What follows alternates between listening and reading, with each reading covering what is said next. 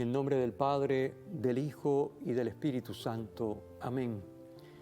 Señor, que reconcilias contigo a los hombres por tu palabra hecha carne, haz que el pueblo cristiano se apresure con fe viva y entrega generosa a celebrar las próximas fiestas pascuales.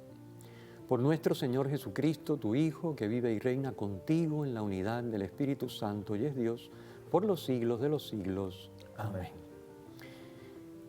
Bienvenidos, nos encontramos en el cuarto domingo de Cuaresma, el domingo conocido como Letare, de la alegría. ¿Por qué? Porque en nuestro camino cuaresmal ya estamos aproximándonos a la Pascua, que es la gran fiesta a la que nos dirigimos y hacia la que nos estamos preparando durante toda esta Cuaresma. Por eso ustedes verán que si van a misa el domingo, muchas parroquias tienen ornamentos color rosa. En vez del morado, se utiliza el rosado. Simplemente es una manera de manifestar externamente esa alegría, es un morado mitigado. Muy bien, vamos a darle la bienvenida a nuestro hermano Irán. Muchas gracias. Irán Díaz. Gracias por la oportunidad. Ya lo conocen todos, ¿verdad? Él está a cargo del santuario en Cupey, donde está desarrollándose el gran proyecto del Santuario Nacional de Nuestra Señora de la Divina Providencia.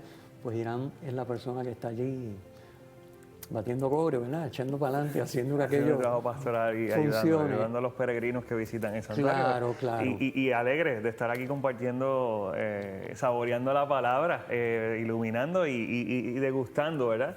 Lo que podemos encontrar cada domingo y hoy, un domingo como el de hoy, ¿verdad? Que es el de Letare, que tal vez mucha gente no tiene esa concepción, tal vez viene esa dureza de la abstinencia, los sacrificios, y es como que este domingo nos ilumina de una manera diferente. Definitivamente. Bueno, ya que trae ese tema, me parece importante comentarle a nuestros televidentes, a los que nos están escuchando, siempre es importante recordar que ese esfuerzo que vamos haciendo durante la Cuaresma y eso que vivimos durante la Cuaresma es realmente para toda nuestra vida, no es solamente para la Cuaresma. Pero, ¿por qué la Cuaresma es importante? Porque nos educa, nos enseña, sobre todo los que sabemos que todo es don por la corresponsabilidad, nos enseña a reconocer que todo es don. Uno puede reconocer con la mente, pero una cosa es con la mente y otra cosa es con la vida. Entonces, ese es el sentido que tiene la penitencia. El sentido último de la penitencia es: yo no me doy a mí mismo las cosas. Yo puedo aprender a renunciar a las cosas porque yo sé que es Dios el que me las da. Y de hecho, debo renunciar libremente a muchas cosas, incluso buenas. Esa es la penitencia, ¿verdad? Las malas no es penitencia, las malas es enmienda. Propósito de enmienda, no, yo no voy a pecar más. Pero las cosas, incluso buenas, puedo renunciar a ellas porque yo estoy quitando apegos a cosas que son buenas y legítimas en sí mismas. Porque es la manera en que yo me educo a mí mismo a que las cosas las recibo de Dios, no me las doy yo, sino que las recibo de Dios. Ese es el sentido que tiene en última instancia el ayuno, la limosna, la penitencia en términos generales. Así que lo explico para beneficio, ¿verdad?, de poner en contexto lo que estamos viviendo en la Cuaresma y cómo este domingo no es Letare porque vayamos a echar la penitencia por la borda. Y decir, bueno, este domingo a gozar porque ya está el domingo de la alegría. No. Seguimos con la penitencia, pero es el domingo en el que estamos contentos porque ya se supone que si hemos sido estamos fieles como mitad de camino, a las prácticas cuaresmales, okay. Ya estamos viendo. Es como la persona que se pone a dieta. Pues después que baja las primeras 5 libras está contenta porque dice, mira, rebajé ya se ve el fruto. Eso. No es decir, bueno, ahora comer, no, porque entonces pierde las 5 libras, ¿no? Vuelve a ganarla. Entonces esa es la idea, ¿no? O es como el que peregrina, ¿verdad?, a un destino y va a mitad de camino y llega y dice, ya, claro, lo veo. Ya casi lo veo, ya está en el horizonte. Entonces esa es la alegría. La alegría no es que vamos a virar para atrás, no, la alegría es que ya se ve en el horizonte al lugar que voy. Muy bien, me parece buena la analogía. Bueno, hablemos brevemente de la primera lectura para entonces ya después de la pausa retomar que tenemos mucho tema tanto en la segunda lectura que siempre comentamos como en el Evangelio. El Evangelio hoy es de Juan, así Correcto. Que siempre hay mucho que decir. Y en la primera lectura está tomada del libro de las Crónicas. De hecho, el segundo libro de las Crónicas son 2 libros. Y nos presenta el problema de siempre. ¿Cuál es el problema de siempre? El problema de que Dios es fiel y nosotros somos infieles. Y Dios establece una alianza y nos dice, yo seré tu Dios, tú serás mi pueblo, sí, todo está bien. Y nada, no pasa nada. Volvemos a ser infieles y Él sigue siendo fiel Y entonces, claro, viene lo que en la Biblia se denomina castigo. ¿Castigo por qué? Porque no me gusta. Entonces, cuando algo no me gusta, yo lo considero un castigo, sobre todo si yo sé que me he portado mal, si he sido infiel. Pero el castigo es medicinal. O sea, Dios no castiga en el sentido de me voy a vengar para que veas lo que es bueno, sino va a pasar algo para que cobres conciencia de que así no puedes seguir, ¿no? Es como la fiebre no es una venganza. Si yo tengo una infección, la fiebre no es una venganza. La fiebre es una llamada de atención. Claro, a mí no me gusta eso, pero es una llamada de atención porque si no me voy a morir. Y como no me quiero morir, pues el cuerpo se defiende y me da fiebre. Y entonces digo, uy, hay algo malo, y entonces voy a chequearme y empiezo a tomar los medicamentos, ¿no? Y me imagino que la parte de la lectura en este contexto de que siempre Dios enviaba mensajeros y el pueblo Correcto. Lo echaba para el lado. Eso nos dice la lectura, como muy bien apunta. El pueblo, Dios enviaba y les decía, mira, esto está mal, por favor, arrepiéntase. O sea, que eso sin previo aviso, es que había aviso. Exacto. Siempre hay aviso. Bueno, no hay aviso para el que anda en la vida loca, pero la persona sensata se da cuenta de que así no se puede, ¿no? O sea, y Dios manda avisos específicos a las personas, a los pueblos, a su iglesia. O sea, Dios no nos deja al abandono porque Dios es fiel y Dios es bueno. Entonces, claro, como eso no se escucha, pues ¿qué sucede? Pues viene el destierro. Es decir, en el 597, pues llegan los caldeos y arrasan, destruyen Jerusalén, destruyen el templo, se deportan a la gente y allí no queda nada. Entonces, claro, el pueblo puede decir, eso fue un castigo de Dios. Bueno, míralo como tú quieras. Si tú sabías que no estabas haciendo lo correcto, no estabas siendo fiel a la alianza y bueno, te vino el desastre. No es, repito, no es castigo en el sentido venganza. Vas a ver lo que es bueno. No, porque Dios no trabaja así. A Dios, ¿qué le interesa aplastarnos? Al contrario, no interesa levantarnos. Entonces, en ese sentido, el castigo es siempre medicinal. Es, oye, entérate, te he mandado a los profetas, no me has hecho caso. Pues mira, ¿sabes qué? Te van a sacar de allí, de Jerusalén, van a deportar a la gente y van a arrasar con lo que hay. A ver si tú te enteras de que así no podemos seguir. Y una vez se dan cuenta, Dios obra. Una vez se dan cuenta, siempre viene Dios a la carga y regresa y dice, bueno, vamos a regresar con el pueblo, vamos a traerlo de vuelta y vamos a devolverlo a su lugar. Y poquito a poco vuelven las cosas a su nivel, porque el interés de Dios no es destruir, sino es salvar, edificar. Bien, tenemos que irnos a una pausa, regresamos.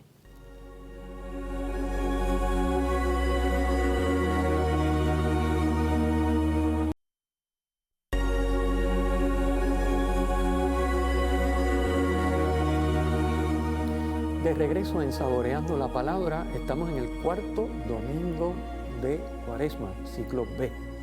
Y tenemos de invitado aquí a nuestro hermano Irán Díaz, que nos acompaña a comentar esta lectura tan interesante y tan instructiva que nos trae la liturgia del día. No, sí, la primera lectura estuvo interesante viendo, ¿verdad?, cómo Dios obró. Yo imagino, ahora venimos Vamos con San Pablo. Con Pablo, que tiene un mensaje interesante también. Siempre. Estas segundas lecturas están muy bien escogidas y tienen un contenido extraordinario. Hoy vamos a leer el segundo capítulo de la Carta a los Efesios de San Pablo.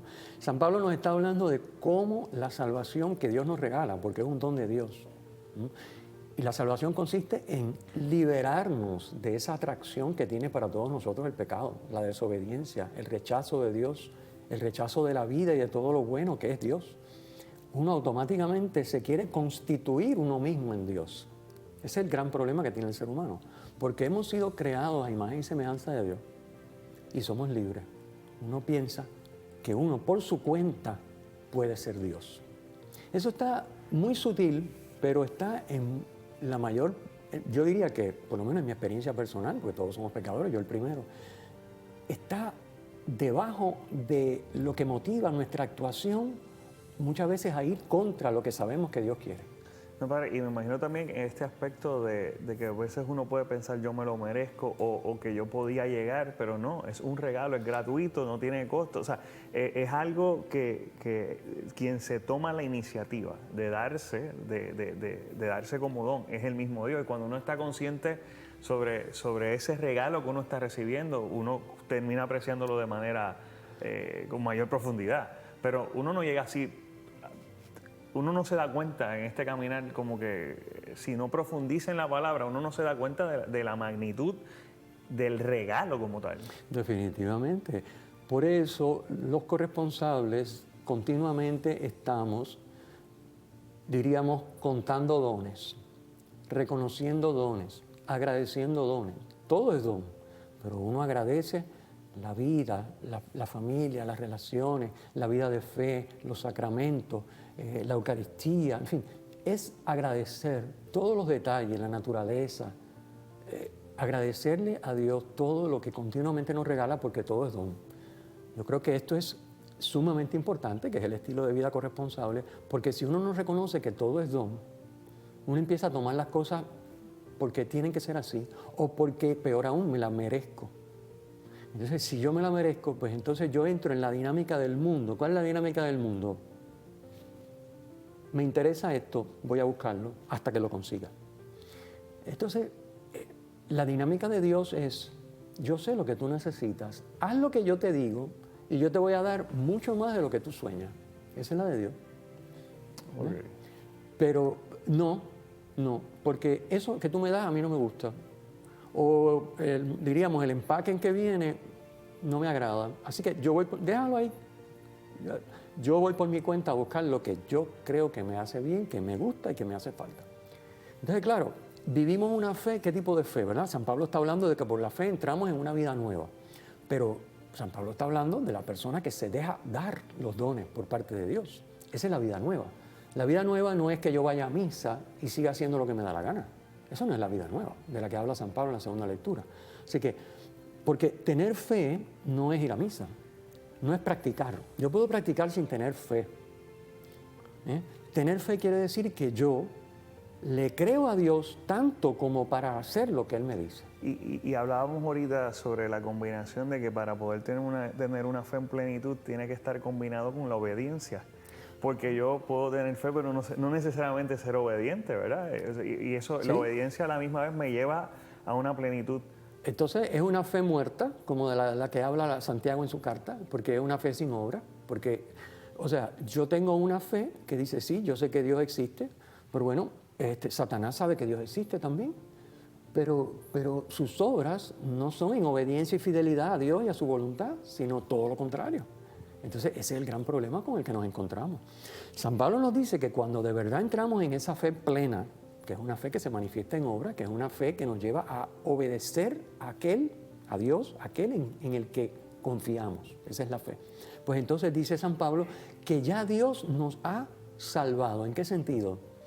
Ya Dios, dice San Pablo, nos ha vivificado con Cristo, nos ha resucitado con Cristo, nos ha sentado en los cielos con Cristo. ¿Quiere decir que ya está todo hecho, que no tengo más nada que hacer? No.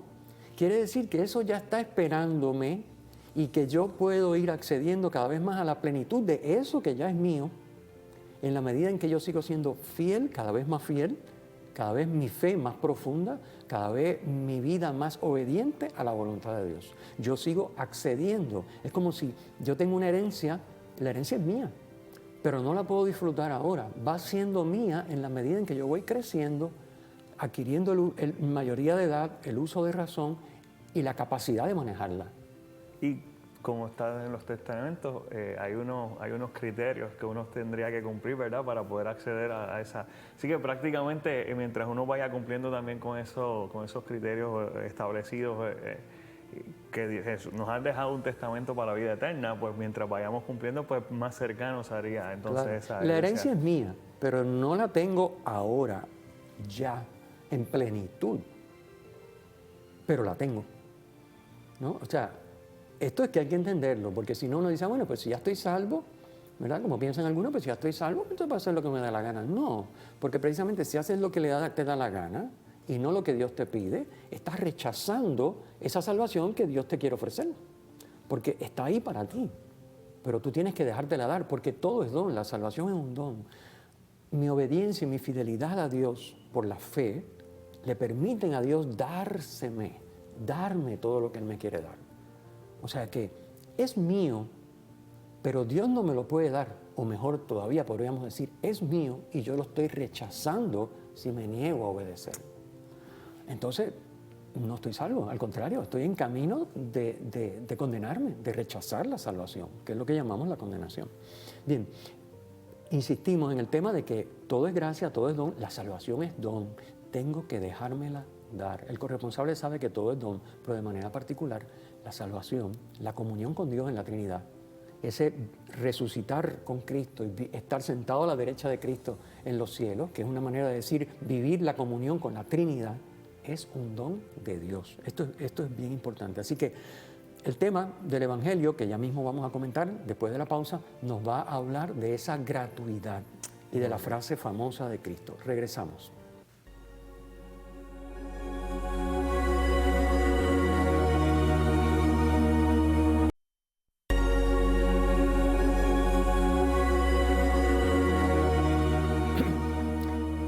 Regresamos, saboreando la palabra, cuarto domingo de Cuaresma, ciclo B. Dijimos antes de la pausa que el Evangelio tiene una frase famosísima, conocidísima. ¿Cuál es esa frase? La que pronuncia Jesucristo. Dice,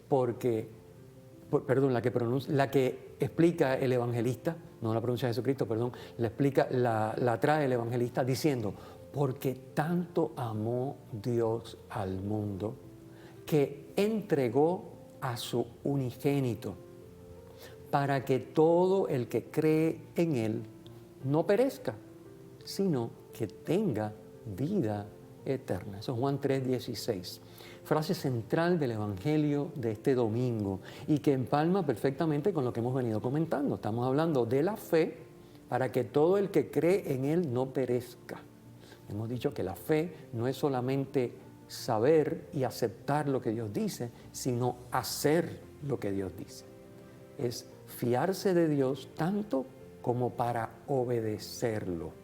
Porque si no lo obedezco es que no confío en Él. Entonces mi fe está muerta. Ese es lo que hay que ver.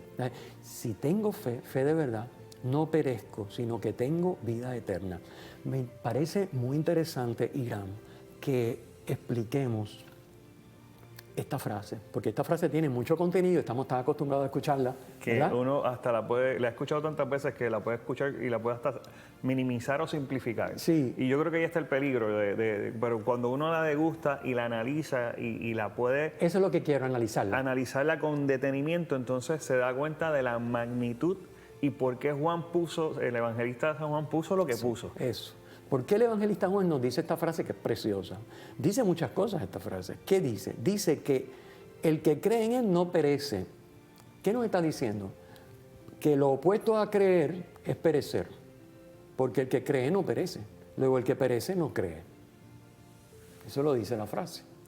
Así que, ¿quieres perecer? No creas. ¿Qué cosa es no creer? No, yo creo en Dios. Bueno, sí, Satanás cree en Dios, pero no es eso. Él sabe que existe. Pero no es saber que existe. No es aceptar lo que Él dice, es hacer lo que Él dice. Ese es el asunto. Porque, ¿entiendes? Es como el médico. El médico me dice, mira, usted tiene este es el diagnóstico y esto es lo que hay que hacerle. Y sí, doctor, yo le creo mucho, usted es una eminencia, pero yo no voy a hacer nada de eso. Entonces no le creo al médico, porque si le creyera, haría lo que Él me dice, pues yo reconozco que Él sabe. Padre, como empieza la frase, tal vez también uno puede profundizar en el tanto amó. O sea, no significa amé, amó, no. Tanto amó Dios al mundo. Cuando uno se pone a pensar en la magnitud de Dios, un Dios que ama, pero cuando Dios ama tanto, sí, uno tiene que empezar a considerar, espérate, este amor o sea, es un amor grandísimo. ¿Quién envió a su único hijo? O sea, los que somos padres, que tenemos esa experiencia de, ¿verdad? De cuando nuestros hijos se enferman o le pasa algo, pues uno se impacta, ¿verdad? De esa frase cuando uno la mira desde esta perspectiva bíblica.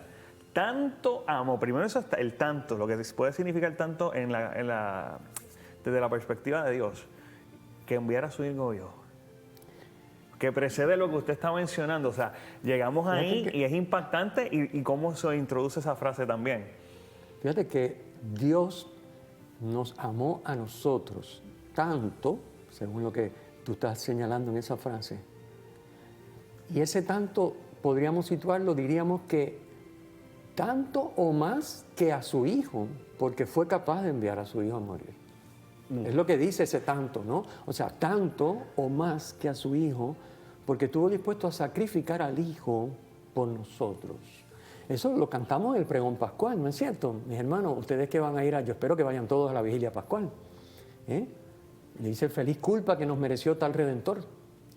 Es decir, feliz culpa que nos mereció tal Redentor. Es esta idea, ¿no? Dios ha amado tanto al mundo que estuvo dispuesto a sacrificar a su hijo. Pero vamos un paso más.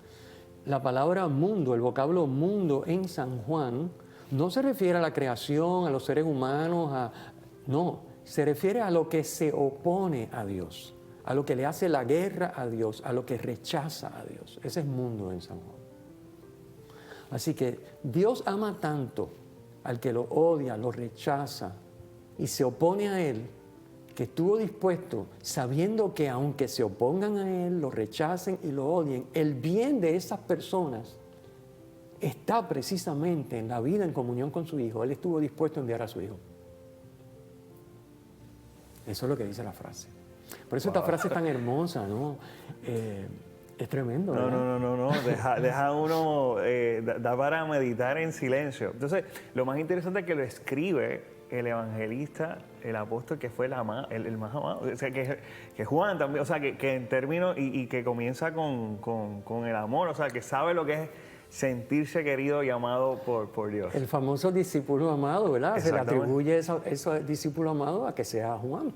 Puede que no sea él, pero cuando él habla en su evangelio del discípulo amado, el discípulo que Jesús tanto quería. Y definitivamente Juan tiene que haberse sentido totalmente amado por Jesús, de alguna manera tan tremenda que obviamente eso no tiene vuelta atrás. Entonces, esa es la cuaresma. La cuaresma es quitar los apegos de todo aquello que nosotros nos damos para dejar que Dios se me dé y experimentar lo que es el verdadero amor. El verdadero amor no es que yo me ame y me dé cosas que a mí me gustan y me hacen sentir bien y me dan placer o lo que tú quieras. No. El verdadero amor es que yo quite todo eso para tener una experiencia del verdadero amor, que es el amor que Dios me tiene. Y ese verdadero amor me llega por un cauce, y ese cauce es la obediencia a lo que Dios me pide, a la voluntad de Dios. Ese es el cauce. Eso es lo difícil. La gente piensa, bueno, pero yo creo en Dios, yo quisiera, sí, que Dios es amor y que Dios me ama, pero yo sigo por acá bregando. No. Es que no hay una verdadera, profunda experiencia del amor de Dios si yo no me alineo con su voluntad. Es decir, perezco si no creo en Él, dice la frase. Y no creer en Él es decir que yo sé quién es Él, acepto lo que dice, pero hago lo que yo quiero. Entonces, perezco, dice esa frase. Y Dios ha enviado a su Hijo, a pesar de que el mundo es todo lo que se opone, todo lo que va por la libre, haciendo lo que le da la gana, a esos Dios envió a su Hijo único, para que no perezcan. Entonces, el castigo, pues diríamos aquí que el castigo es que Dios envió a su Hijo único, ese es el castigo. Para salvarnos. Ese es, diríamos, lo hablamos en la primera lectura, esa es la llamada de atención. Hermanos, se nos ha terminado el tiempo, esto es tremendo, así que tenemos que despedirnos. Nos veremos, si Dios quiere, la semana que viene. Vamos a invocar la bendición del Señor. El Señor esté con ustedes y con tu espíritu. Que la bendición de Dios Todopoderoso, Padre, Hijo y Espíritu Santo, descienda sobre ustedes y permanezca siempre. Amén. Necesitamos 5 minutos más.